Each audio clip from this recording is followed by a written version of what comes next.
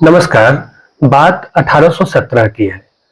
America के एक गांव केंटुकी में एक 8 साल के छोटे बच्चे ने देखा कि वहां कुछ लोगों को बहुत बेरहमी से पीटा जा रहा है।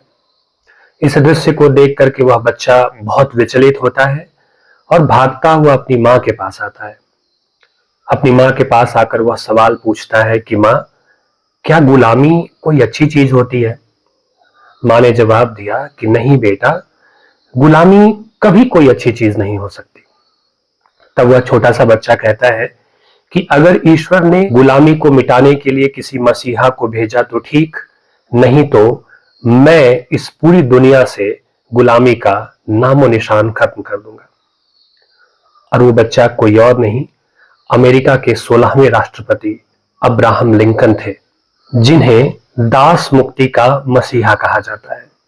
दोस्तों, बातें किताबों की सीरीज में आज हम बात करेंगे दास मुक्ति का मसीहा अब्राहम लिंकन के ऊपर एक केंद्रित किताब की, जो हिंदी पॉकेट बुक से छपी है। और इस किताब में अब्राहम लिंकन के जीवन, उनके कार्यों, उनके संघर्षों, उनकी तकलीफों और उनके महान बनने के पीछे जो एक लंबी पीड़ा है, एक लंबी जो दास्तां है संघर्ष की, उन सब के बारे में संक्षेप में हम बात करने वाले हैं। अब्राहम लिंकन कहा करते थे, मैं किसी का भी दास बनना नहीं चाहता, इसलिए मैं किसी का स्वामी बनना भी नहीं चाहता हूं। और इस एक महान विचार ने एक साधारण किसान के बेटे को अमेरिका के 16वें राष्ट्रपति के रूप में स्थापित किया, जिसे आज भी दुनिया दास मुक्ति का मसीहा कहकर पुकारती है। लिंकन की जीवनी पढ़ते हुए कई बार मेरी आंखें नम हुई। बहुत सारे उतार चढ़ाव, दुख, संघर्ष और तमाम तरह की पीड़ाओं से उनका बड़ा गहरा रिश्ता रहा। ढेर सारी असफलताएं उन्हें मिली और तब जाकर यह बात भी समझ में आई कि महान बनना या किसी बड़े मुकाम को हासिल करना एक लंबी साधना है, एक लंबी प्रक्रिया है, जिसमें दर्द है, संघर्ष है, उतार चढ़ाव है, असफलताएं हैं। लेकिन इन सब के ऊपर भारी है वो जिद और जुनून। तो कोई यूं ही महान नहीं बन जाता है। मैं जब अब्राहम लिंकन की इस जीवनी को पढ़ रहा था तो मैंने देखा कि कितनी एक लंबी फहरिस्त है उनकी असफलताओं की। इतने सारे काम किए, इतनी सारी चीजें आजमाते गए और एक के बाद एक उन्हें असफलता मिलती रही। लेकिन उन असफलताओं से वे घबराए नहीं। उन असफलताओं को उन्होंने एक शिक्षक के रूप में लिया और हमेशा जिंदगी में आगे बढ़ने की ठानी। वो टूटे जरूर लेकिन बिखरे नहीं, वे गिरे जरूर लेकिन फिर से खुद को संभाला, हौसला दिया खुद को और फिर आगे बढ़े। उनकी असफलताओं की एक लंबी फहरिस्त है जो मैंने नोट्स लिए हैं इस किताब से। इसमें मैं आपको बताऊं कि वे 10 साल की उम्र में उन्होंने खेती करने का काम शुरू किया और उसमें वो फेल हो गए। 20 साल की उम्र में लकड़हारे का काम शुरू किया, उसमें भी वो असफल हो गए। 22 साल की उम्र में पहली बार चुनाव लड़े, वहां भी फेल हो गए। 24 साल की उम्र में उनके जीवन में एक और बहुत ट्रेजिक घटना हुई। उनकी प्रेमिका की मौत हो गई और प्रेमिका के चले जाने के बाद अब्राहम लिंकन पूरी तरह से टूट गए। और ये भी किस्सा आता है कि 27 साल की उम्र में वो डिप्रेशन में चले गए। बहुत गहरे अवसाद की बीमारी ने उन्हें घेर लिया था। फिर उठे, फिर संभाला खुद को। 34 साल की उम्र में, 45 साल की उम्र में और 49 साल की उम्र में भी फिर चुनाव हारे। मतलब बार बार चुनाव हार रहे हैं, बार बार कोई कोशिश कर रहे हैं, उस कोशिश में असफल हो रहे हैं, लेकिन बार बार असफल होने के बावजूद भी वो कभी हिम्मत नहीं हारते। तो ये कहानी एक इनविंसिबल स्पिरिट की है। आज हम छोटी सी चीज, कोई छोटी सी असफलता हमें हाथ लगती है या बच्चों को हाथ लगती है तो वो परेशान हो जाते हैं, अवसादग्रस्त हो जाते हैं। लेकिन ये समझना होगा कि बड़ा काम या महान काम करने की प्रक्रिया में असफलता उसका एक हिस्सा है, वो पड़ाव है।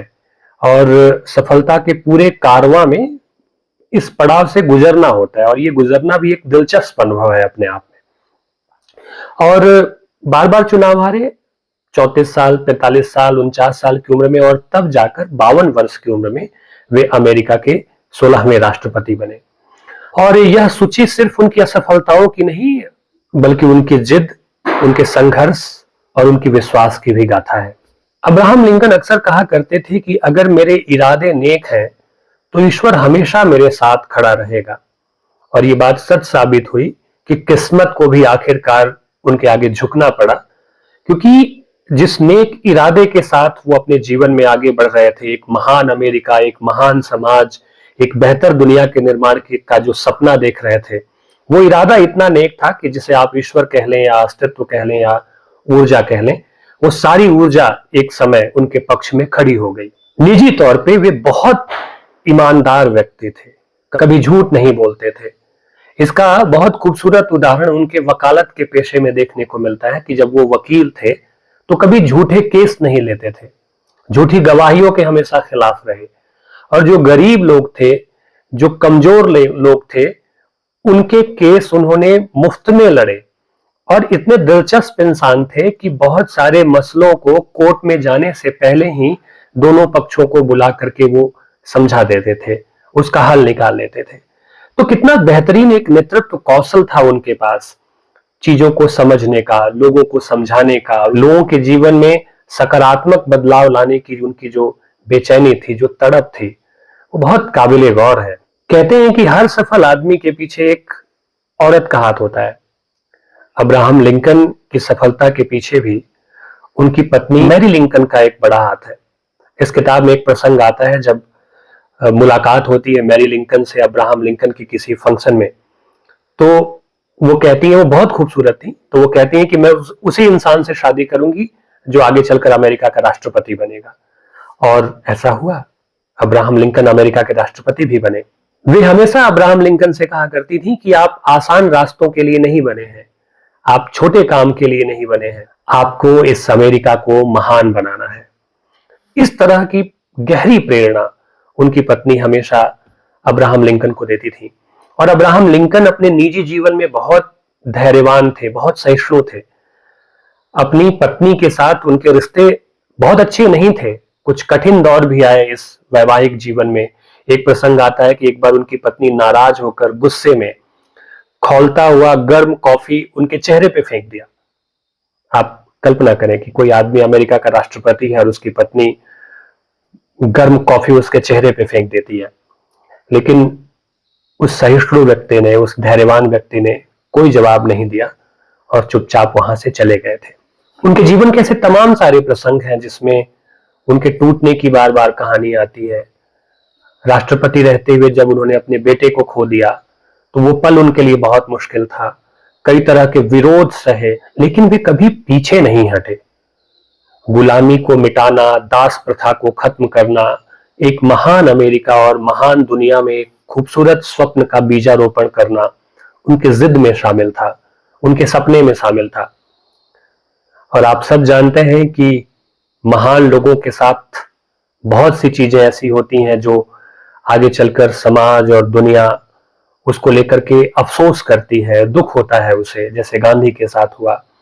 वैसी ही घटना अब्राहम लिंकन के साथ हुई जब वे थिएटर देख रहे थे और थिएटर देखने के दौरान उनके सिर में गोली मारी गई और अमेरिका की वो आवाज, दुनिया की वो खूबसूरत आवाज हमेशा हमेशा के लिए गुम हो गई, चुप हो गई। अब्राहम लिंकन ने इस दुनिया को अलविदा कहा, पर उनकी सोच और उनके महान कार्य आज भी दुनिया को और लाखों लोगों को प्रेरित कर रहे हैं।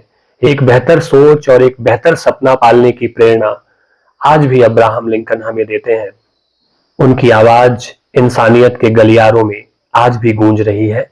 दास मुक्ति का मसीहा नामक ये किताब हिंदी पॉकेट बुक से है। 175 पृष्ठों की ये किताब है और एक बहुत दिलचस्प और पठनीय किताब है जिसके कुछ हिस्से मैंने आपके साथ आज साझा किया है। और जब आप इस पूरी किताब को पढ़ेंगे तो दास मुक्ति के इस महान मसीहा की जिंदगी से आपको रूबरू होने का अवसर मिलेगा। तमाम सारी चीजें आपको सीखने, समझने और उसके दौर को जानने के लिए हमें मिलेंगी। यह एक दिलचस्प और पठनीय किताब है। तो बातें किताबों की में आज इतना ही। बातें किताबों की सीरीज आपको कैसी लग रही है आप जरूर बताइए, और अगर आप में से किसी ने ये किताब पढ़ी है तो भी आप बताएं। बहुत शुक्रिया।